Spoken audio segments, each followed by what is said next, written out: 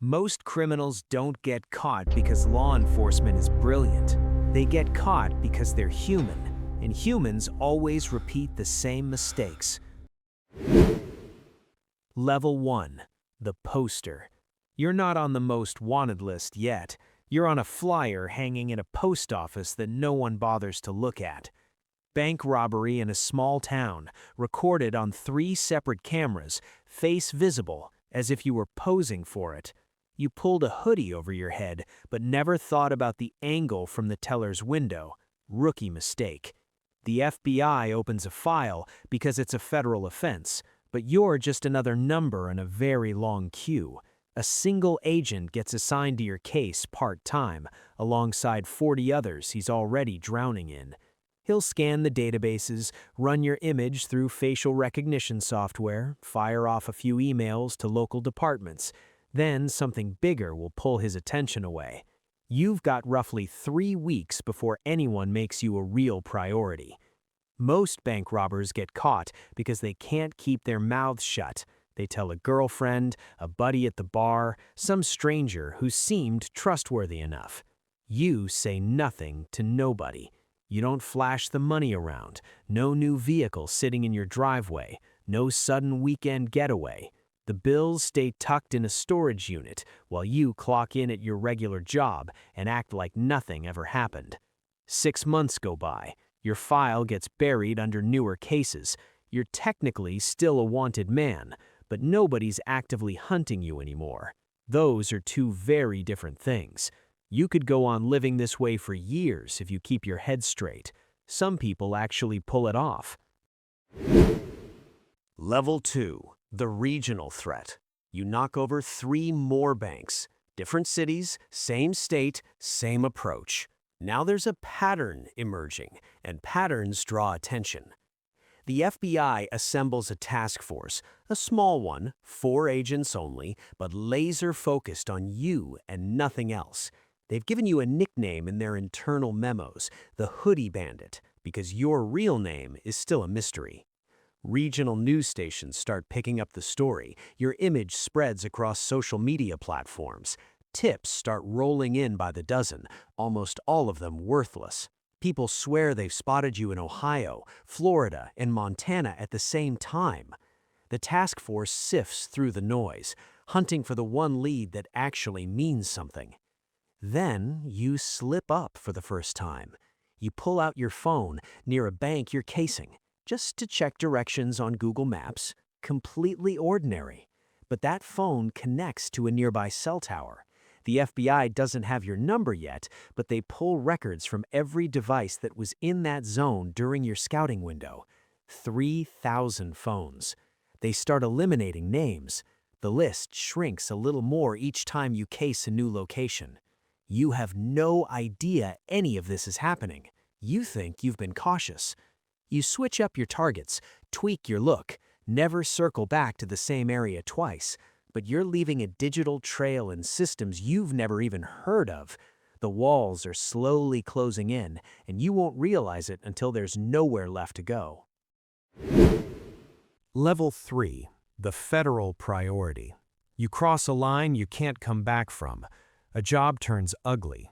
A security guard reaches for his weapon. You reach for yours faster. He makes it. Barely. But the label on your case just changed from thief to attempted murderer. Nothing is the same after that. The task force multiplies. A full-time intelligence analyst is brought in to do nothing but study you, your strike zones, your timing, the intervals between jobs, the geographic footprint you believe looks random but absolutely isn't. People are awful at true randomness. We fall into patterns without ever noticing. She notices. Your face gets printed on highway billboards. Crime Stoppers puts up a $25,000 reward. The FBI posts your photo on their website.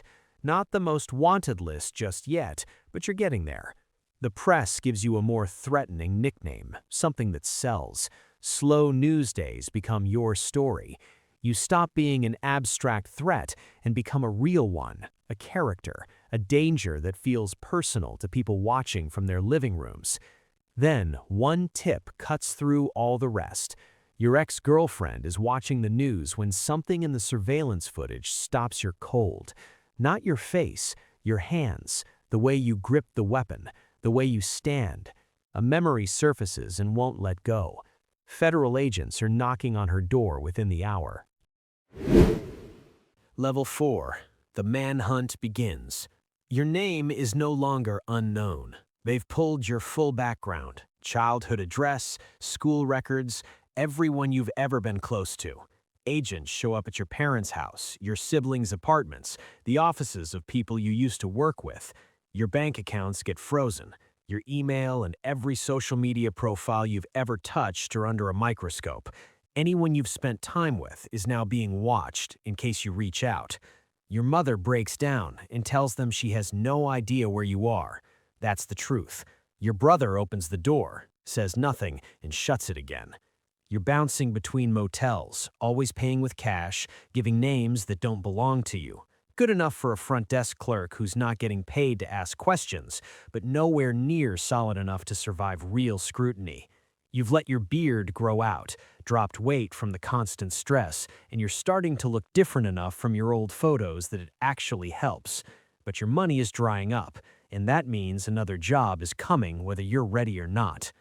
You spend 2 days identifying a target, a town so small there isn't a single traffic light, 800 residents, 1 bank branch, 2 people working the floor. The kind of place where strangers stand out, but also the kind of place where federal resources don't get deployed.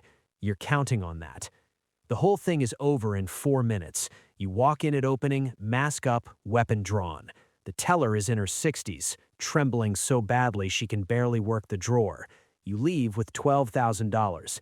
Not a life-changing number, but enough to keep moving. You're 3 counties away before the local sheriff's office even has a description to work with. What you didn't count on was the new security system the bank had just installed. It captured your eye shape, your walking pattern, the exact way your body moved through the entrance. The footage synced automatically to a federal database. A match comes back 17 minutes later. The task force now knows your approximate location. Not precisely, but close enough. Within 100 miles, they deploy everything available. Air support, highway checkpoints, police departments across multiple states coordinating in real time. Your burner phone, the one you were certain was untraceable, registers on a cell tower just outside town. They calculate your direction of travel. The search radius collapses from 100 miles to 50 to 20. None of this is visible to you. You're holding the wheel steady, keeping to back roads, telling yourself you pulled it off again. The first checkpoint materializes on Highway 63. You catch the flashing lights a quarter mile out and cut onto a side road before they clock you.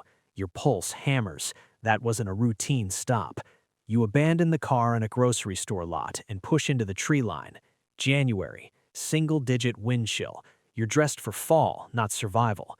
$12,000 in a bag on your back, 1 handgun, 1 bottle of water. No exit strategy, just distance. Level 5. The Fugitive. 3 days in the woods. Nights drop below freezing. You build small fires and kill them before sunrise, convinced the smoke will lead them straight to you. You stretch a handful of granola bars across the entire stretch, rationing by halves. Your water bottle turns solid.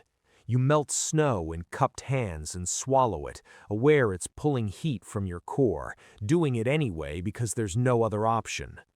On the 3rd night, a light cuts through the trees. A farmhouse, sitting alone, 1 truck in the driveway. You observe from the woods for an hour. Nothing moves. You need warmth. You need calories. You need to not die out here before the FBI gets the chance to take you in. You force open a basement window and climb inside. Nobody home. Not abandoned, just empty for now. You find canned goods, a stack of blankets. You stay 2 days with the lights off, eating just enough, waiting for the next move to reveal itself. On the 2nd afternoon, a neighbor rolls past the driveway. Too slow, too deliberate, eyes lingering on the house. You're out the back and into the woods within minutes. The task force locates your fire pits. They follow your tracks through the snow. You try to brush them clean, but not clean enough. Bloodhounds pick up your scent and hold it across miles of forest floor. You hear them long before they're close, their calls echoing between the trees, steadily gaining. You wade through a creek, hoping the current will break the trail. It doesn't. The dogs recalibrate and push forward. A helicopter sweeps overhead. Thermal imaging locks onto your body heat beneath the canopy. Ground teams begin converging on your position. You've got 10 minutes, maybe less. You drop into a ravine, rolling your ankle hard on the way down. The pain arrives instantly and completely. Running is no longer an option. Walking is barely one. The dogs reach you first, then the handlers, then tactical units materialized from positions you never detected, weapons aimed from angles you can't count. You lift your hands. The gun is still tucked into your waistband. You leave it there. Something deep in your brain understands that going for it ends everything right now. They take you down anyway, face pressed into frozen ground that smells like rot and wet leaves, wrists bound behind you, the weight of multiple officers across your back. The helicopter is directly above now, its rotor turning the air into a wall of sound. Someone recites your rights somewhere above you, but the words don't reach you through the noise and the cold and the adrenaline finally giving way. 15 months of running, ended face down in a Missouri ravine. The charges stack up in the county jail. 14 counts of armed robbery, attempted murder, assault with a deadly weapon, evading arrest, multiple firearms offenses. Each carries years. All of them together carry most of a lifetime. Your public defender is 26 years old and managing 70 active cases. She's doing her best, but the evidence against you is beyond salvaging. Surveillance footage, biological traces from multiple scenes, ballistics linking your weapon to 3 separate robberies. The federal prosecutor lays out the terms. Plead to 8 counts, accept 40 years, or roll the dice at trial and face life without the possibility of release. You sign the plea. The sentencing hearing runs 20 minutes. The judge asks you if you understand what you're agreeing to. You say yes. He gives you 40 years, no parole. You'll walk out at 71, if you make it that long. Level 6, USP Leavenworth. Maximum Security Federal Penitentiary. 30-foot concrete walls, guard towers in every corner, razor wire that catches the light in a way that might almost look like art if you didn't know what it was for. 8 by 10 cell, toilet without a seat, steel bunk welded to the wall. A cellmate 19 years deep who decided years ago that new arrivals weren't worth the energy. Year 1 is its own kind of violence. Everything you were before ceases to matter. Your name gets replaced with a number. Your identity becomes a risk classification. You absorb the schedule. 5 a.m. count, 6 a.m. breakfast, 7 a.m. work detail. Days stop being days. They become rotations. Weeks bleed into months, bleed into years. You stop tracking after the first 18 months because tracking makes it worse. 22 years later, you're 53. Your hair went gray somewhere around year 9. Your knees have been bad since year 14. You carry a scar from a confrontation you didn't initiate but had to resolve. Your mother passed while you were inside. Your brother's last letter arrived in year 7. No one is marking days on a calendar for you on the outside. The day you walk out, the world feels like a foreign country. The technology, the language people use, the pace of everything, none of it maps on to what you knew. You have $600 accumulated from years of prison wages, a bus voucher to a halfway house in Kansas City, a parole officer waiting on the other end who has already decided what kind of person you probably are. You were on a poster once, hunted across state lines, your face on billboards, your nickname in news segments, federal agents mobilized because of you. Now you're standing outside a bus station trying to work out how to get a phone and find a job that'll consider hiring you. The most wanted list keeps moving. New faces, new cases, new people making every single mistake you made, absolutely certain they're different, smarter, more careful than everyone who failed before them. They're not. No one ever is.